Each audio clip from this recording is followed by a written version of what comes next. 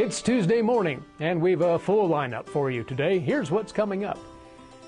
Today, Brian Holman is at the 2013 NCBA conference, visiting with the Vice President of Zoetis, formerly Pfizer, about their recent name change. Then Cindy Campbell assures small-scale cattle producers that they don't have to be big to be good and profitable. And in our Healthy Yards segment, learn about pruning grapevines, including the tools you need and exactly where to make the cuts. Stay tuned for all this and more after the break. Closed captioning brought to you by Kansas Soybean Commission. The Soybean Checkoff Progress, powered by Kansas farmers. This segment is brought to you by Santa Fe Trail Meats in Overbrook. Stop by or visit us at sftmeats.com. Good morning and welcome back to the show. We're at the 2013 NCBA conference in Tampa, Florida. It's warm here. It is warm. You were in Kansas a couple of weeks ago and it snowed. I don't think it's going to snow on us today, Rob. I don't think it is. Yeah. I'm happy about that. So am I. I'm joined by Rob, who is the Vice President of Zoetis, formerly Pfizer. So, big news. Big news for us. Last Friday, we've been Pfizer Animal Health for 60-some years, but last Friday became Zoetis. Mm-hmm. Why the change? You guys have done very well as Pfizer and Zoetis. I kind of saw the little video on it, the name change and everything that goes along with it. You're not going to change the way you do services? No. So first question then, in terms of why the change, we had an IPO last Friday. We became a standalone company outside of Pfizer. So now we're a standalone animal health company. So that's why the change of name. So that's really why the change. And I don't expect to see too much change in terms of how we deal with our customers and how we interact with the NCBA. Well, let's talk about dealing with your customers. You guys give a lot back to the beef industry. You do scholarships for veterinarian students. You participate in FFA. You put on things like this here at the NCBA and really try to educate veterinarians and producers about good animal health. Yeah, we have a history of philanthropy within our organisation, and obviously as Zoetis, those things will continue and obviously will get even stronger. The reason we do it is we're as much tied to the cattle industry as, say, our producers are, and their success is equally important for our success. So our ability to support groups like FFA, the next generation of farmers, and also future Zoetis employees is critical, so that's important to our future. And then also working with organisations such as NCBA really have a role to protect our industry, right? So as strong as the beef industry is, it will be as strong as our customers are. As strong as our customers will be, as strong as Zoetis will be. And looking down the road, anything new coming out or new products that you guys are working on that that we were able to tell our viewers about, or is that kind of hush-hush and top secret? There's always a lot of things that we're working on, Ryan, but that's one that we'll probably keep top secret. I understand. As you can understand, though, as Zoetis, we'll continue to invest in R&D like we have in the past, and we'll continue to invest in new services and solutions for our customers as we have in the past. And it'll probably even get even stronger. So look out for a lot of new exciting things from us. Coming to an event like NCBA, you get to see a lot of producers, you get to see a lot of people. How important is that you guys get to spend face-to-face time with those people? It's great for us as an organisation to come to conventions like NCBA, because there's no event around the world where you can get so many of our customers, so many industry leaders, so many great minds all in one location in 1 week. Mm-hmm. So it's important for us to interact with those customers, and it also provides us an opportunity to bring some of those customers together. We have a strong network ourselves, not only within the United States but around the world. So a convention like this allows us to bring all those people together as well. So it's good for them, and it's also good for us. Someone watching the show this morning wants some more information about the new Zoetis. How can they do that? www.zoetis.com. And that is spelled Zoetis. That's right. Rob, thank you for your time. Ag AM in Kansas is brought to you in part by Premier Farm and Home. Stop by or visit us at heycow.com. The Kansas State University College of Veterinary Medicine is a leader in food animal research and education. Our researchers are constantly expanding the knowledge of animal health and food safety. Through the Veterinary Health Center, and the Kansas State Veterinary Diagnostic Lab, we provide practical services for animal producers. Home of the Beef Cattle Institute, the college is committed to animal welfare training and research. The Kansas State University College of Veterinary Medicine, knowledge and service for the future of animal production. American innovation is being driven in places you might not expect by people like Brent Hayek, an Oklahoma family farmer, who recently set a world land speed record in a Ford Super Duty pickup truck powered by renewable B20 biodiesel. Advanced performance is here, now, putting America on the fast track to more jobs and energy independence. Biodiesel, America's advanced biofuel. Roy Fry Western Lifestyles brings the cowboy or cowgirl out in all of us. With a huge selection of must-have items, it doesn't matter if you're shopping for your horse, picking up some Western accessories to add that rustic charm to your home, or simply treating yourself. The knowledge and expertise to dress you your Western best is right here at Roy Fry Western Lifestyles, Highway 24 and Kansas Avenue in Topeka. Soil is the life of a farm, and for 25 years, SureCrop Liquid Crop Nutrition has helped growers produce abundant quality crops while preserving and improving the soils they steward. SureCrop offers complete soil and plant analysis with cropping recommendations, delivery direct to your on-farm storage, and quality crop nutrition custom blended for your field. Choose SureCrop for the assurance of excellence for your soil. Call today or visit their website for more information. This segment is brought to you by Tarwater Farm and Home. Come on by, we'll treat you like family. Jerry Shin has a message for small-scale cattle producers. You don't have to be big to be good. I encourage them to shoot for the high quality because I think that's where we're at. We're market-driven, and anybody can raise an old tough steer. It doesn't take anything to do that. And if you're going to make money in a narrow margin industry, you better go where the money is and the quality. The owner of Performance Blenders helps Missouri farmer feeders gather and market loads of finished calves. The feed company analyzes and shares data too, so cattlemen will use the information to improve. The best way to get cattle producers is dollar signs. They have to be rewarded, and we've been very fortunate. We've been able to get people to capture $100, $150 per head premiums over cash market. We've done that through Agent Source. We've done that through Quality Grid and Quality Characteristics, and just see the total overall efficiency and identify what the consumer in the marketplace wants. He says no matter the size, everybody has two tools for hitting that target: how you breed them and what you feed them. Nutrition is extremely important. I kind of use the analysis that no matter what the genetics are, we've got to give them enough nutrition to express their genetic potential. If we breed them to grow and grade, we have to feed them to grow and grade. They routinely market calves at 1,250 to 1,400 pounds that are just past a year of age and reach upwards of 80% premium choice. The key to getting what those calves are worth is cooperation, he says. They have to work together. We have to realize that, we're not going to control, as a small producer, any packer, any order buyer. Let's be realistic. What's one load of cattle mean? Not very much, but we just want to get that value, and it means something to cooperate from the standpoint to look at your neighbor. He might be a competitor, but you can see that it can be done. And I think that's real important with small producers, because oftentimes they think, I'm not good enough, I'm not big enough, I don't know how to play in the market. And when they work together, those things come to a surface, and it's really fun to see them take a hold and put things together.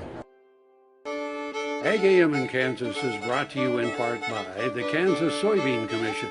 The Soybean Checkoff. Progress powered by Kansas farmers.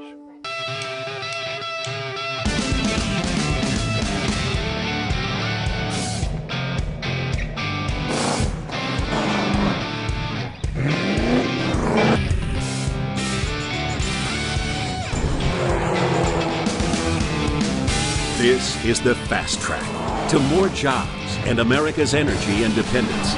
Advanced performance is here, now. Biodiesel, America's advanced biofuel. Valley Vet Supply is devoted to providing information and professional quality products at reasonable prices. Valley Vet Supply. Purple Wave is a proud supporter of the Kansas FFA through the Bid for Blue program. Purple Wave donates a portion of the proceeds earned on certain ag assets to the Kansas FFA. Winning bidders can designate a Kansas chapter to receive the donation. To date, Purple Wave is proud to have donated over $10,000. Visit purplewave.com to learn more and to place bids on Bid for Blue assets. Purple Wave Auction. Straight, simple, sold. I'm Dennis Tebow. My wife and I, Kathy, are the owners of Wolf Creek Cattle Company. We have grown to approximately 70 bulls. I'm Reese Arnold. I'm the livestock manager at Wolf Creek Cattle Company. You know, these are not just like normal cattle. These cattle, they're hauled anywhere from, 8 to 10 hours a day across the United States and asked to perform. The Multi-Man 90 keeps them kind of level. It maintains and balances their system. The stress level's less when everything's right and working right, then they're working right. This segment is brought to you by Santa Fe Trail Meats in Overbrook. Stop by or visit us at sftmeats.com. Good morning and welcome back to the 2013 NCBA conference in Tampa, Florida, and we're joined by Kent Anderson. Did I get that right? You did, Ryan. Dr. Kent Anderson. Thanks for joining us. My pleasure. Let's talk about genetics. Genetics play a huge role in profitability for each farmer across the U.S. Probably no more important here in the state of Kansas. What are some of the things going on with you guys as far as maintaining genetic health in a herd? Well, we're delighted to be able to visit with you, and the main thing that's going on with us is our collaboration with Angus Genetics Inc. and the American Angus Association, whereby our technology is being used to enhance the accuracy of EPDs in their genetic evaluation system. And what does that mean to a producer? So to a seed stock producer who tests animals, it means that we can give a boost to the accuracy of the EPDs across all the traditional traits, as well as tell them information about some difficult and hard to measure traits such as dry matter intake, heifer pregnancy, and tenderness. To the commercial user of Angus Genetics, what that means is that tested animals have the equivalent of somewhere between 15 and 20 progeny, depending upon the trait, that are contributing to the accuracy of their EPDs early in life before they ever become parents.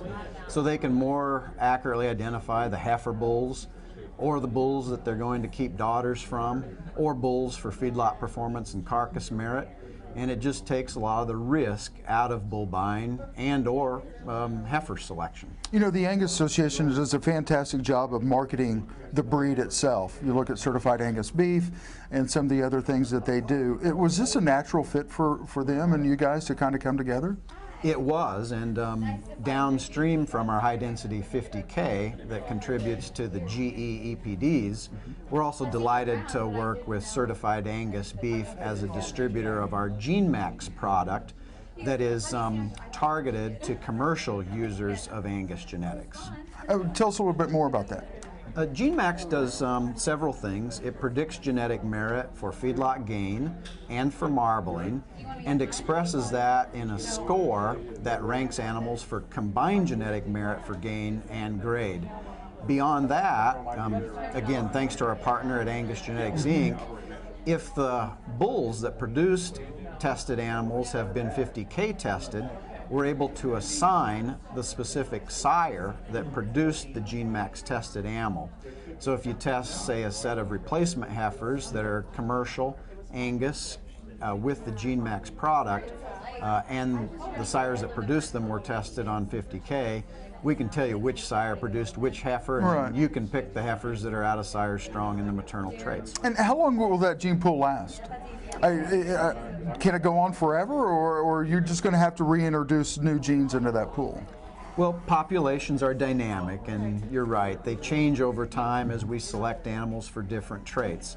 And so we need to update our genomic technologies on a routine basis so that they're always describing the most variation for the most important economically relevant traits possible. Perfect. We're going to take a quick break, if that's all right, Dr. Anderson. And when we come back, we're going to talk about how you as a producer could get your hands on some of this genetic information. You're watching Ag AM in Kansas, and we'll see you in just a minute. Tar Waters has what you need for all seasons for around the farm and home. Working, hunting, growing, feeding, snow removal, even fun for the kids. And a service department with experienced techs to help keep your equipment in top running condition. Tar Waters has a huge selection and the best prices. Tar Water Farm and Home, family owned and operated since 1978. They have what you need. Nobody gives you more ways to play and more reasons to stay than Prairie Band Casino and Resort. 3 great restaurants, Players Club benefits, plus an award-winning golf course. Go for it. You'll find something new and exciting every day, just north of Topeka off Highway 75. Prairie Band Casino and Resort. Go for it!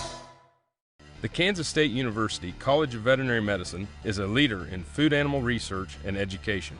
Our researchers are constantly expanding the knowledge of animal health and food safety.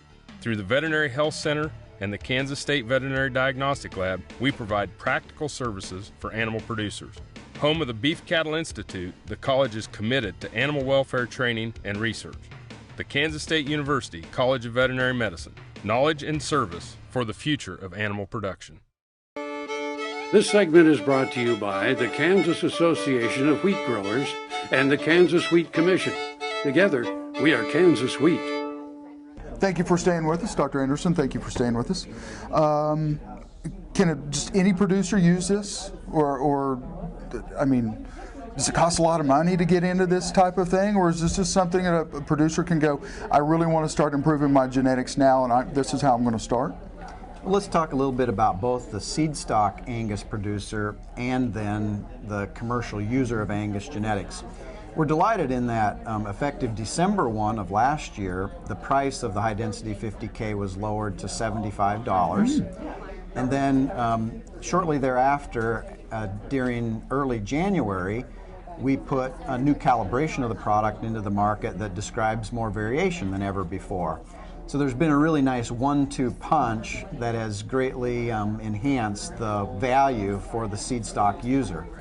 For the commercial user, that's good news because it means that more Angus bulls will get tested and have genomic enhanced EPDs, and so that when they go to the bull season, buying coming up, when they go to the bull sales, they'll just be able to buy with more confidence and more assurance that the genetics that are documented on those animals indeed will be transmitted to produce the next calf crop on their places. And then downstream, of course, it's very easy then for the commercial user of Angus to incorporate GeneMax. It costs $17 per head, and it would give you the sire assignment feature, as well as the genomic predictions for combined gain and grade, as well as individually for gain and grade. And so we know I think it's affordable. I mean, technology is available today. Right, you're right. I mean, at $17, you're looking at, on the backside of that, you know, the payoff for the grade, especially on the grade, you're looking at a payoff well above and beyond that $17 investment. So we've done quite a lot of work to understand the value proposition, and we know that if animals vary by 50 units of GMX score for gain and grade, that amounts to about $33 difference from performance in the feed yard as well as on the rail. So it does certainly translate into return on investment. Information, someone's watching the show this morning, wants some information about the product? What's the easiest way to do that? Please go to our website. It's PfizerAnimalGenetics.com, soon to be ZoetisAnimalGenetics.com. There's both learning modules on that site, as well as documented technical summaries and producer users guides where they can learn all about it. Is it a good start to talk to your veterinarian first about maybe some of the genetics that you're looking for in helping that veterinarian determine kind of what direction you want to go? We have worked very closely with all the veterinarians that our animal health colleagues work with on a routine basis. They are increasingly becoming very fluent and knowledgeable about the genomics area of enhanced selection and management, and so that's another source. As well, I would advise viewers to go to angus.org, www.angus.org, as well as CAB Partners website, where they can get more information about what's going on with both the high-density product for seed stock as well as GeneMax for commercial. Perfect. Dr. Anderson, very nice to meet you, sir. My pleasure. Thank you for your time. Thank you. Dr. Dan here. Whether I'm driving up and down the roads covering the state of Kansas, or I'm getting between Riley and Manhattan for my job, I'm driving a Ford truck. I'd like you to come out and visit my friends here at Dick Edwards Ford. They have a truck that'll suit your needs, whether you're looking for power with a Power Stroke diesel, or if you're looking for fuel efficiency with the new EcoBoost engine, they got a truck that's just right for you. They're located 2 miles east of the Town Center Mall in Manhattan, Kansas, and they'll bend over backwards to help you. And I'll see you down the road. We've been here for 42 years now. We run around 2,500 cows. I bought a couple loads of cattle out of black cows out of California. And most of these cows are kind of a off-color, rusty color. We're going to be processing these cows in the next few days, and at that time I will inject Multimin into them to help take care of their copper deficiency. I would recommend Multimin to any cow man, and it's been effective. Ag AM in Kansas is brought to you in part by Premier Farm and Home. Stop by or visit us at heycow.com. First of all, grapes of any crop that we grow probably is pruned more extensively and more aggressively than anything else you can think of. If you know how to do it properly, grape will become very, very productive. If you don't do enough, it simply grows into a jungle and the plant is never as productive. All you need to do to prune them would just be a pair of small hand pruners. If you haven't been aggressive in the last several years, you might need a pair of hand loppers. And the principle of pruning grapes is to leave 4 branches coming off of that main trunk. Usually 2 on the top, one going one direction and one going the other. And then 2 down lower down, one going one direction, one going the other. Grapes are normally planted about 12 feet apart. And so we would leave each branch about 6 feet long. Everything else that grew the previous year needs to come off. In selecting those 4 branches that we're going to leave, we need to get a branch that is about as big around as your finger, and one that's alive, and you can tell that by simply trying to bend it, and if it's flexible and bendable, it's alive. We'll pretend that this is attached to the trunk, so we'll go out about 6 feet from that and prune it off. Snap it off like that, and then everything else in between comes off as well. A grape plant will produce a tremendous amount of growth in a single season. This is an example of one cane that grew last year, and as you can see, it's probably at least 20 to 25 feet long, and the plant may have 15 or 20 or 30 of these that develop in a single season. And it's a very, very impressive amount of wood that comes off that needs to be removed from the plant. For more information, visit your local extension office or visit our website at kansasgreenyards.org. Closed captioning brought to you by Kansas Soybean Commission. The Soybean Checkoff Progress, powered by Kansas farmers. We'll have lots more for you tomorrow here on Ag AM in Kansas. We're here every weekday, same time, same station. Meantime, look for us on the web at agaminkansas.com. Eric Atkinson here from K-State Research and Extension.